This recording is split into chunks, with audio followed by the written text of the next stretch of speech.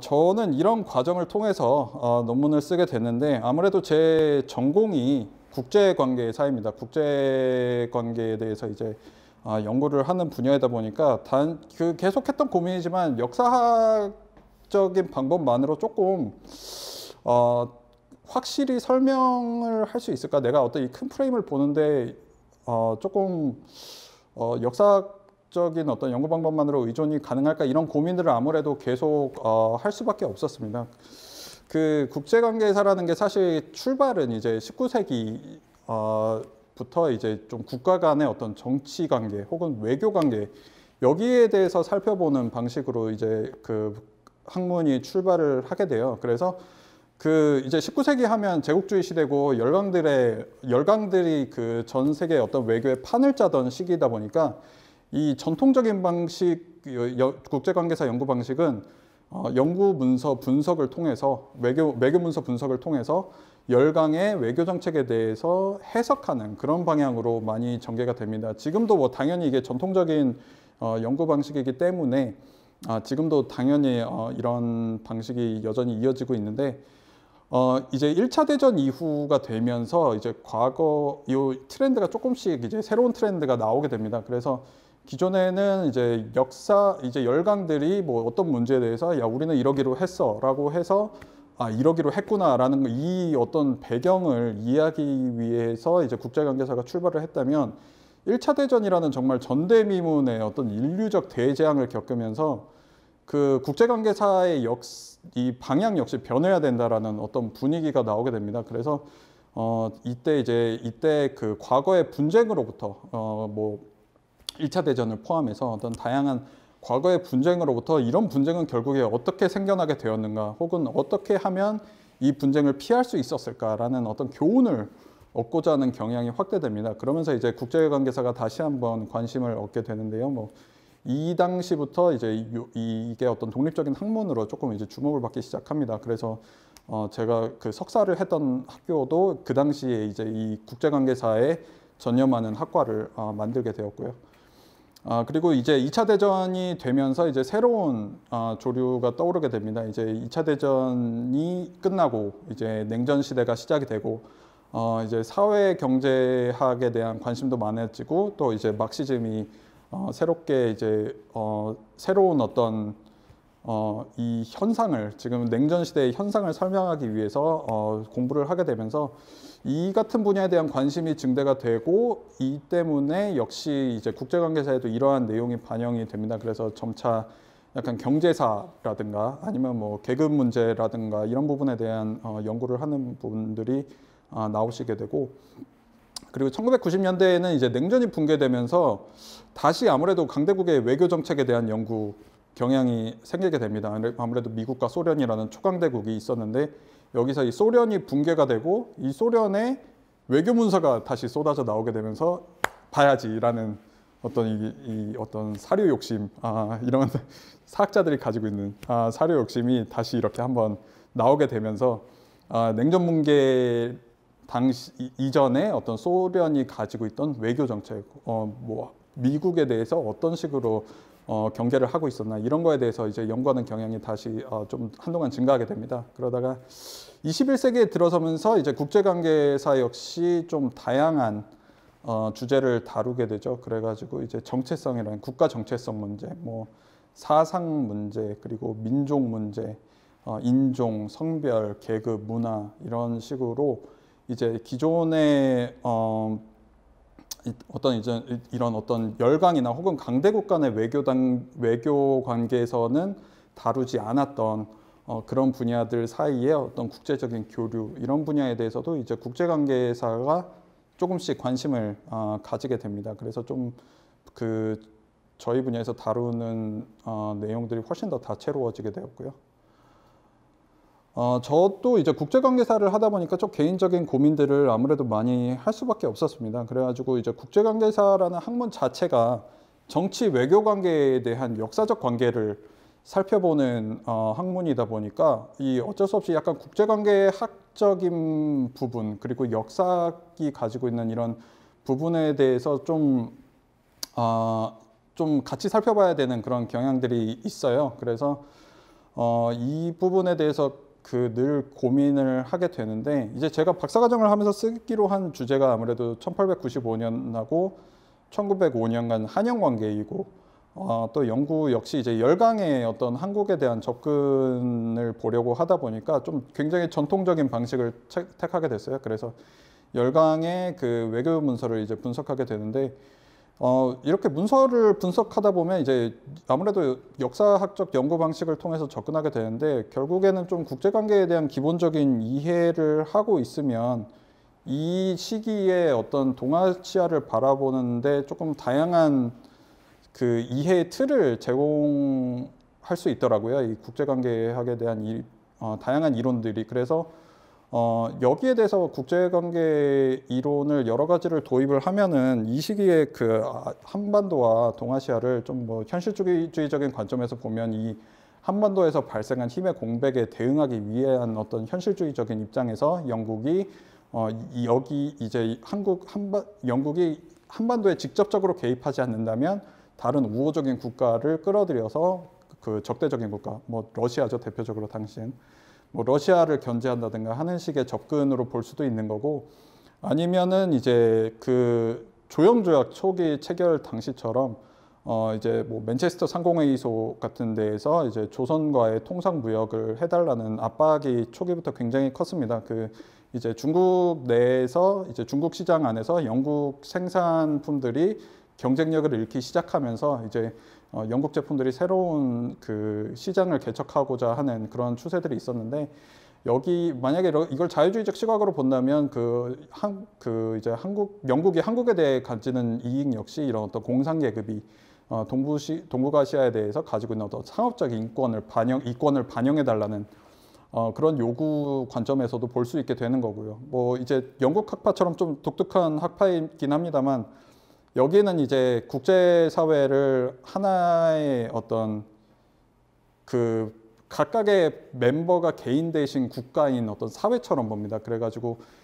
이 개개인이 구성한 사회가 어떤 법률과 체계를 가지고 돌아가는 것처럼 국제관계 역시 어떤 전통적인 법률 체계가 존재한다라는 어떤 그런 관념에서 또 바라보면 이거는 이제 한국이 개항을 통해서 국제사회에 새롭게 진입하는 한국과 영국 간의 어떤 관계를 설정하기 위한 어떤 과정, 뭐 그런 식으로 볼 수도 있더라고요. 그래서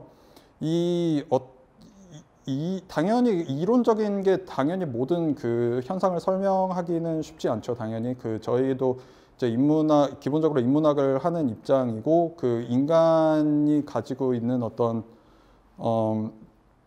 정책 결정 과정에서 과연 합리적인 결정만 내리느냐 뭐 이런 거에 대해서는 고민도 있고 하다 보니까 이론이 전부 설명할 수는 없겠지만 이 어떤 이론적 이해가 조금 이 시기에 이 틀을 좀 이해하는 어떤 많은 좀 시야를 넓혀주는 그런 역할은 했었습니다. 그래서 저 같은 경우에는 좀 외교 문서를 쭉 보면서 이 시기에 영국의 접근을 어떤 식으로 설명을 해야 될까라는 생각을 많이 했었는데 좀 결국에는 좀 현실주의적인 입장을 취하게 되었는데 아무래도 이제 열강의 전통적인 어떤 접근 방식이었고 당시에 이제 영국 측 외교 문서가 일본과 계속 그 공조를 하고자 하는 정책적 공조를 하고자 하는 입장을 뭐 런던과 도쿄뿐만 아니라 이 서울 안에서 일본 공사와 영국 공사도 취하고 있었기 때문에 이런 부분에서 보면은 확실히 영국이 어떤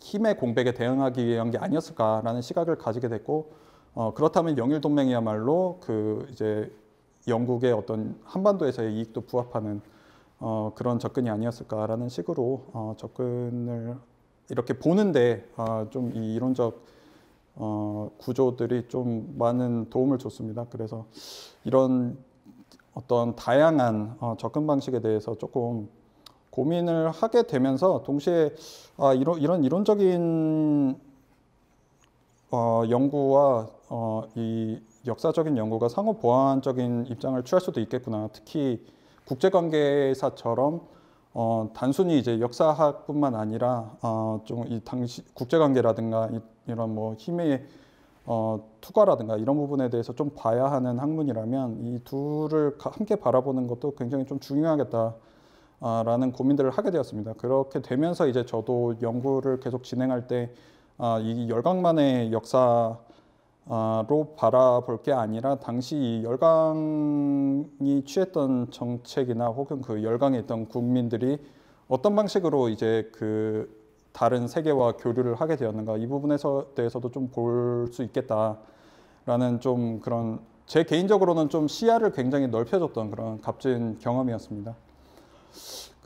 이 국제관계사도 앞에서 말씀드렸던 것처럼 이제 좀 다양한 성격, 이제 국제관계학과 역사학을 조합한 좀 다양한 성격을 가지고 있는데 이게 이제 새로운 조류로 이제 이 국제관계사에서 탈피한 초국가사에 대해서도 좀 새로운 연구가 되어야 되지 않나 하는 그런 경향들이 이제 학계 쪽에 있습니다. 그 주요 원인이라면 역시 이제 20세기 말 이후에 가속화된 국제화의 추세와 그 이제 IT 기술의 발달을 들 수 있겠죠. 그래서 이제 이제 각 국가 간의 교류도 굉장히 확대가 되고 어떤 국제적인 문제를 한 국가가 완전히 해결하기에는 불가능한 수준까지 이르게 되었죠. 뭐 예를 들면 기후 변화 같은 아젠다 같은 경우에는 한 국가가 노력한다고 될 수 있는 그런 게 아니죠. 거의 사실상 국가 간의 조별 과제인데 이거를 하기 위해서는 당연히 그 국가를 뛰어넘는 기구들이 필요합니다. 그러다 보니까 이제 뭐 2차 대전 이후에 세계 질서를 좀 다시 재편하기 위해서 등장했던 이제 UN 같은 기구뿐만 아니라 이제 어느 정도 이제 주권을 양도하더라도 어떤 지역 통합을 구축하고자 하는 유럽 연합이라든가 이런 좀 초국가적, 범국가적 국제기구들이 등장을 하게 되고요. 그리고 또 다국적 기업들이 이제 등장을 하게 됩니다. 그래서 이제 어떤 기업들이 이제 더 이상 한 국가의 시장에만 머무르지 않고 다양한 국가에서 이제 활동을 하고 동시에 투자를 하면서 그 어떤 기업의 국적도 모호해지는 그런 추세가 있죠. 그래서 이런 다국적 기업도 이제 국제 관계에서 굉장히 큰 역할을 하게 되기 시작하고 또 이제 NGO를 비롯한 민간 기구들 역시 다양한 국제 활동을 하게 됩니다. 그래서 뭐 어떤 국가가 하지 못하는 인도적 지원이라든가 이런 거를 이 민간 기구가 자신들이 가지고 있는 어떤 국제적인 네트워크를 통해서 활동을 하고 지원을 해준다든가 하는 이런 그 새로운 주체들이 점점 이제 떠오르게 됩니다. 그리고 이제 국제화가 또 가속화되고 교류가 쉬워지게 되면서 국가 간의 이제 경제 교류도 점점 확대가 되죠. 그래서 예전에는 생각할 수 없는 수준의 이제 어떤 제품을 한국에서도 만들어내서 해외에다 팔 수 있는 그런 교류도 확대가 되고 그리고 뭐 당연히 방문도 쉬워지다 보니까 뭐 방문객들뿐만 아니라 이민도 점차 규모가 커지고 가속화되는 추세죠. 그리고 IT 기술이 확대가 되고 어떤 대중문화를 전파할 수 있는 미디어 역시 발달을 하게 되다 보니까 이런 대중문화들이 이제 한 나라에서 다른 나라로 넘어가고 그 나라에서 어떤 한 국가가 가지고 있는 이미지를 바꾸고 그게 다른 정책에 파급을 미치는 그런 모습까지 보이게 됩니다. 그래서 굉장히 국제관계가 단순히 이제 어떤 국민국가를 대표하는 정부 간의 관계를 뛰어넘는 어떤 민간의 교류가 있고 기업 간의 교류가 있고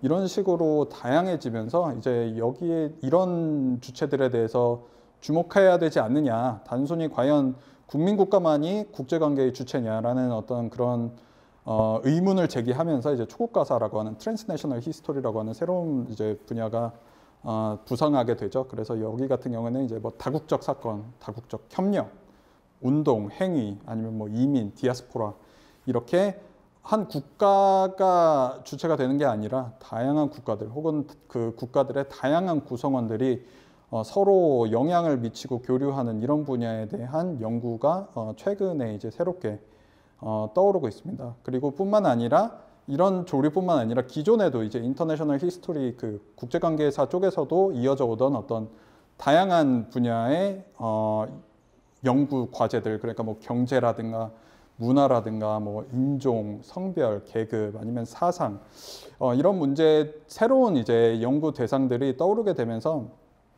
사실 기록 해석 중심으로 하는 역사학적 연구 방법만으로 과연 이거를 다 분석을 할 수 있느냐라는 어떤 그런 의문이 이제 제기가 되기 시작하는 거죠. 특히 뭐 경제라든가 아니면은 뭐 문화라든가 그런 부분에서 할 때는 데이터를 정확하게 수집하고 이를 분석하기 위해서는 당연히 그 이제 경제학이라든가 이런 분야의 연구 방법을 도입해서 이렇게 함께 고민해 볼 수 있는 거 아니냐라는 방법론들이 이제 제기가 되면서 이런 학자간 연구에 대한 필요성이 이제 저희 분야에서도 많이 나오고 있습니다. 그래서 이제 연관학계와의 연구 방법론을 수용해서 이제 전통적으로 역사학에서 연구하던 분야를 어떤 식으로 접근하고 해석할 것인가 하는 이제 이야기들이 나오고 있죠. 그리고 기존의 그 역사가 이제 그 기존의 국제관계사가 정부의 어떤 외무부처가 하던